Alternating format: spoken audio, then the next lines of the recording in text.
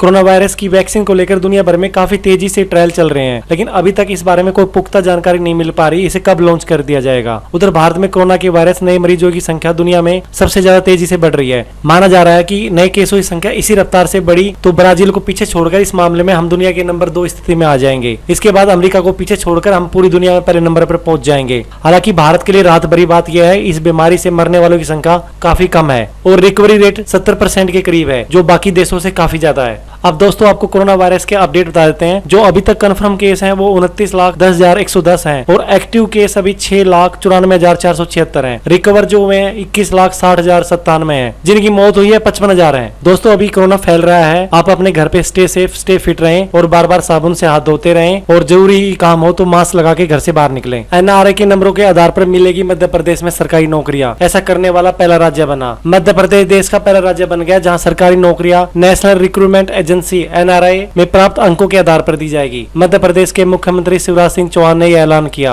अब SSC, RRB और IBPS जैसी परीक्षाओं के स्थान पर केवल एक परीक्षा सीआईटी की परीक्षा देनी होगी। इससे न केवल परीक्षा देने वाले छात्रों का समय बचेगा और इससे सरकारी नौकरियों में भाई भतीजावाद और रिश्वतखोरी भी कम चलेगी। अब चलते हैं अगली खबर पर। सोशल मीडिया पर एक आईएएस ऑफिसर की तस्वीर वायरल हो रही है जो अपनी पीठ पर सामान लादकर करीब 10 से 12 किलोमीटर पैदल चलते हैं। आईएएस अफसर का नाम राम सिंह है और मेघालय के वेस्ट गारो हिल्स में डिप्टी कमिश्नर के पद पर तैनात है। मीडिया रिपोर्ट के मुताबिक हिमाचल प्रदेश के रहने वाले 43 साल के अफसर ही नहीं बल्कि उसकी पत्नी भी फिटनेस के लिए सजग रहती है और वह कई बार उनके साथ बाजार से खरीदारी करती हैं और फिर पैदल ही घर पहुंचते हैं। मीडिया रिपोर्ट की माने तो काफी समय से इसकी प्रैक्टिस कर रहे हैं। दोस्तों एक आईएएस अफसर होकर आम आदमी की तरह जीवन जीना एक लाइक तो बनता ही है। भारतीय क्रिकेट टीम के उप कप्तान और हिटमैन के नाम से मशहूर रोहित शर्मा को राजीव गांधी खेल रत्न पुरस्कार से सम्मानित किया जाएगा। इसकी घोषणा खेल मंत्रालय ने शुक्रवार यानी 21 अगस्त को की। रोहित के साथ पहलवान विनेश फोगाट, महिला हॉकी टीम की कप्तान रानी रामपाल और पैरा एथलीट मरियप्पन को भी खेल रत्न पुरस्कार दिया जाएगा। दूसरी ओर तेज गेंदबाज ईशांत शर्मा, स्प्रिंटर दूती चंद सहित 27 अन्य खिलाड़ियों को भी अर्जुन अवार्ड के लिए चुना गया है। दोस्तों अगली खबर पे चलते हैं। 70 दिनों में बस से दिल्ली से लंदन जाने का मौका, जाने किराया और कितने देशों से गुजरेगी बस। बस टू लंदन के इस सफर में आपको हर सुविधा दी जाएगी। इस सफर के लिए खास तरीके की बस तैयार की गई है। इस बस में 20 सवारियों को बैठने का इंतजाम है और सभी सीटें बिजनेस क्लास की होंगी। अगर आप दुनिया घूमने का शौक रखते हैं तो ये खबर आपके लिए है। अक्सर दिल्ली से लंदन के लिए लोग फ्लाइट का इस्तेमाल करते हैं, लेकिन अब आप सड़क के रास्ते भी दिल्ली से लंदन जा सकते हैं। यह बस 18 देशों से होकर गुजरेगी। बस टू लंदन के इस सफर के लिए 4 कैटेगरी चुनी गई। किसी के पास समय की कमी है तो वो दूसरी कैटेगरी चुन सकता है। एक कैटेगरी के लिए अलग अलग दाम चुकाने होंगे। दिल्ली से लंदन तक का सफर के लिए आपको 15 लाख रुपए तक खर्च करने पड़ेंगे। 65 साल की महिला ने 14 महीनों में दिए 8 बच्चियों को जन्म। आपको सुनकर हैरानी होगी, लेकिन बिहार के मुजफ्फरनगर में सरकारी योजना में घोटाले का एक चौंकाने वाला मामला सामने आया। यहाँ 65 वर्षीय एक महिला ने 14 महीने में 8 बच्चियों को जन्म दिया। मेडिकल साइंस के लिए यह असंभव है, लेकिन राष्ट्रीय स्वास्थ्य मिशन की आड़ में इसे कागज पर सच कर दिखाया।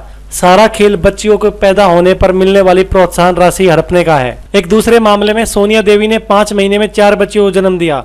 राष्ट्रीय ग्रामीण स्वास्थ्य मिशन के रिकॉर्ड की माने तो सोनिया देवी ने 5 महीने में 4 बच्चियों को जन्म दिया। जिला मजिस्ट्रेट चंद्रशेखर सिंह ने उच्च स्तरीय जांच के आदेश दिए हैं। अतिरिक्त जिला कलेक्टर राजेश कुमार की अध्यक्षता वाली जांच समिति ने पाया कि प्रथम दृष्टया अनियमितताओं के आरोप सही है। इससे ये पता चलता है कि इंडिया में कुछ भी संभव है।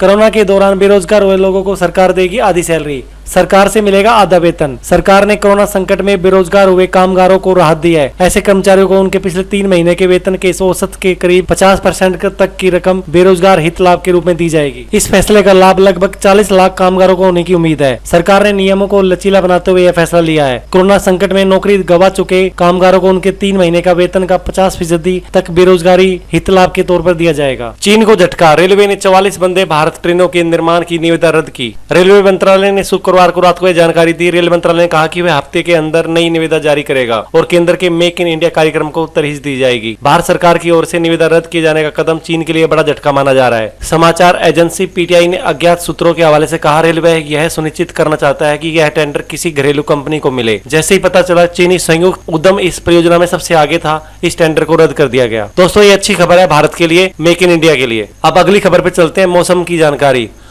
अगले 24 घंटों के दौरान उड़ीसा, बंगाल, झारखंड, उत्तरी तेलंगाना और मध्य प्रदेश के कुछ हिस्सों में मध्यम से भारी बारिश की संभावना है। पूर्वी राजस्थान, कोंकण, गोवा, तटीय कर्नाटक और गुजरात के कुछ हिस्सों में हल्की से मध्यम बौछारें दर्ज की जा सकती हैं। एक दो स्थानों पर भारी वर्षा का अनुमान है। हिमाचल प्रदेश, उत्तराखंड, पंजाब के कुछ हिस्सों, बिहार, उत्तर प्रदेश के कुछ भागों, उप हिमालयी, पश्चिमी बंगाल, सिक्किम, पूर्वोत्तर भारत में हल्की से मध्यम बारिश हो सकती है। उत्तर भारत, कर्नाटक और आंध्र प्रदेश में कुछ स्थानों पर हल्की बारिश होने की संभावना है। दोस्तों, आपको आज की न्यूज कैसी लगी नीचे कमेंट्स करके जरूर बताएं। अभी तक आपने हमारा चैनल भारत सिटीजन सब्सक्राइब नहीं किया है तो सब्सक्राइब जरूर कर लें। दोस्तों, जय हिंद, जय भारत।